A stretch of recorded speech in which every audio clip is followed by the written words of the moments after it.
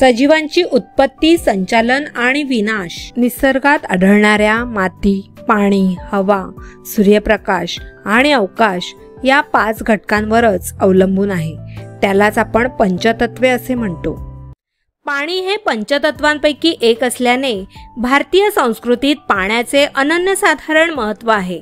ऋग्वेद, यजुर्वेद, अथर्ववेदात नदीचे पाणी अडवण्यासाठी बांधारे बांधणे, दूरच्या भागात पाणी पोचवण्यासाठी पाट कालवे काढणे, तसेच जमिनीतील वापरासाठी विहीर व आड यांची निर्मिती अशी सोय केल्याची नोंद आहे. अमेरिकन भूगर्भशास्त्रज्ञ मेन्झर हा आधुनिक भूजलशास्त्राचा मूळ पुरुष मानला जात असला तरीही भारतात सुमारे 1500 वर्षाआधी वराह मिहिरने आपल्या बृहत संहिता या ग्रंथात पाणी या विषयावर 4 अध्याय लिहिलेले आहेत. भारतीय संस्कृती ही नेहमीच कृषीप्रधान होती. त्यामुळे शेतीला आवश्यक पावसाच्या पाण्याचे पूर्वानुमान करण्याच्या दृष्टीने उपयुक्त निरीक्षणे पराशर मुनींनी आपल्या कृषी पराशर या ग्रंथात नोंदविले आहेत. पावसाचे पाणी कसे अडवावे व साठवावे हे कश्यम ऋषीसूक्त या ग्रंथात सविस्तर लिहिले आहे. त्यांच्या निरीक्षणात त्यांनी विविध महिन्यातील वाऱ्यांची दिशा, नदीपात्रातील पाण्याची पातळी, सूर्य आणि ग्रह नक्षत्रे इत्यादींच्या स्थानांचा पावसाशी असलेला संबंध नमूद केला आहे. आपण पाण्याशिवाय पृथ्वीची कल्पनाही करू शकत नाही. लोकसंख्या वाढ, शहरीकरण, गरजांमधील वाढ या गोष्टी पाणी टंचाईला कारणीभूत ठरतात.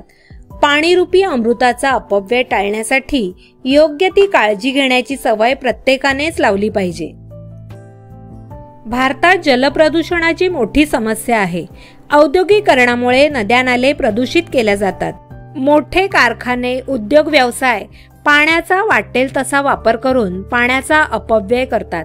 घरात अथवा सार्वजनिक ठिकाणी पाण्याचे गळके नळ किंवा वापरानंतर तसेच चालू ठेवलेले नळ हे पाण्याच्या अपव्ययाला कारणीभूत ठरतात.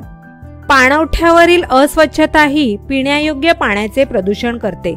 सणांमध्ये मूळ परंपरा बाजूला ठेवून उगाच पाण्याचा अपव्यय केला जातो. नद्यांमधून चालणारी जलवाहतूकही जलप्रदूषणास कारणीभूत ठरते. गावे, शहरे पाणी टंचाईची भीषण समस्या अनुभवत आहेत. पाण्यासाठी मैलोनमैलांची पायपीट करावी लागते. शेतीला पाणी नसल्याने ती ओसाड ठरत आहे. धरणांमधील पाणीसाठाही आता अपुरा पडू लागला आहे. मनुष्य आणि इतर प्राणीही या पाणी टंचाईचे बळी पडत आहेत. या संकटावर मात करण्यासाठी पाण्याचा योग्य प्रकारे वापर करणे व पाण्याचा अपव्यय टाळण्याचे महत्त्व लोकांपर्यंत पोहोचले पाहिजे. जलशुद्धीकरणाच्या नव्या तंत्रांचा वापर, दूषित पाणी शुद्ध करून त्याचा पुनर्वापर, नव्या बांधकामांमध्ये परवानगी देताना पावसाळी पाण्याच्या साठवणीची टाकी बांधण्याची अट अशा प्रकारे जलसंवर्धन शक्य आहे. खरे तर पाणी वाचवण्याची मानसिक तयारी जरुरी आहे.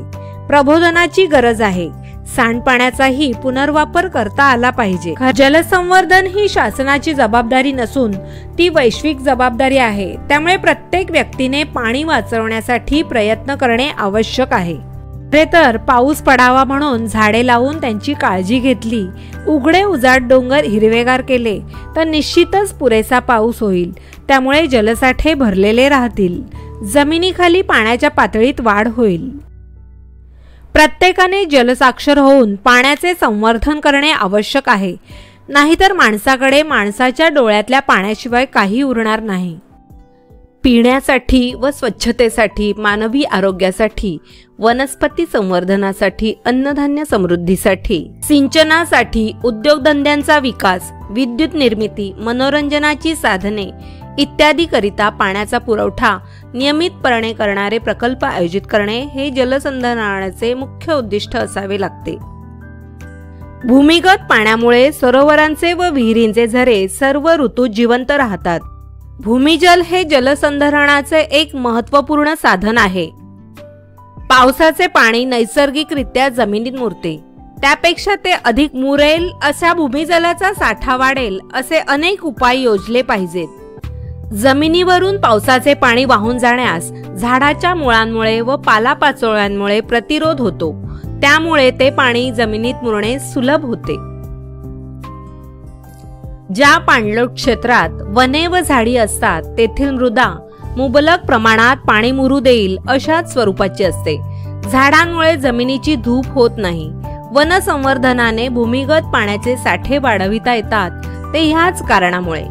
माळ जमिनीवरून पावसाचे पाणी शीघ्र गतीने इतरत्र वाहून जाते, तेही जमिनीत जास्त प्रमाणात मुरावे असे उपाय योजणे शक्य आहे।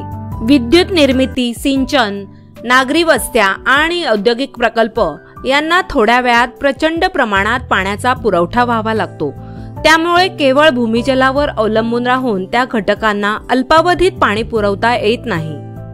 त्याकरिता भूपृष्ठावरून वाहून जाणारे पाणी योग्य ठिकाणी अडवून जलाशय निर्माण करता येतात। वर्षभर सतत वाहणाऱ्या नदीच्या प्रवाहात उघडझाप करता येतील असे लोखंडी दरवाजे बसवून काही विशिष्ट प्रसंगी जलप्रवाह थोपवून तो प्रवाह योग्य त्या दिशेला वळवून त्यातील पाणी नंतर उपयोगात आणले जाते। पाणलोट क्षेत्रात झाडांची संख्या वाढविल्यामुळे बाष्पीभवनाचे प्रमाण बऱ्याच प्रमाणात कमी होते। जगात बहुतेक ठिकाणी स्वच्छ पाण्याची टंचाई आहे, त्यामुळे जलसंधारण आणि व्यवस्थापन ही काळाची गरज आहे। मानवी जीवनात पाण्याला अत्यंत महत्त्व आहे।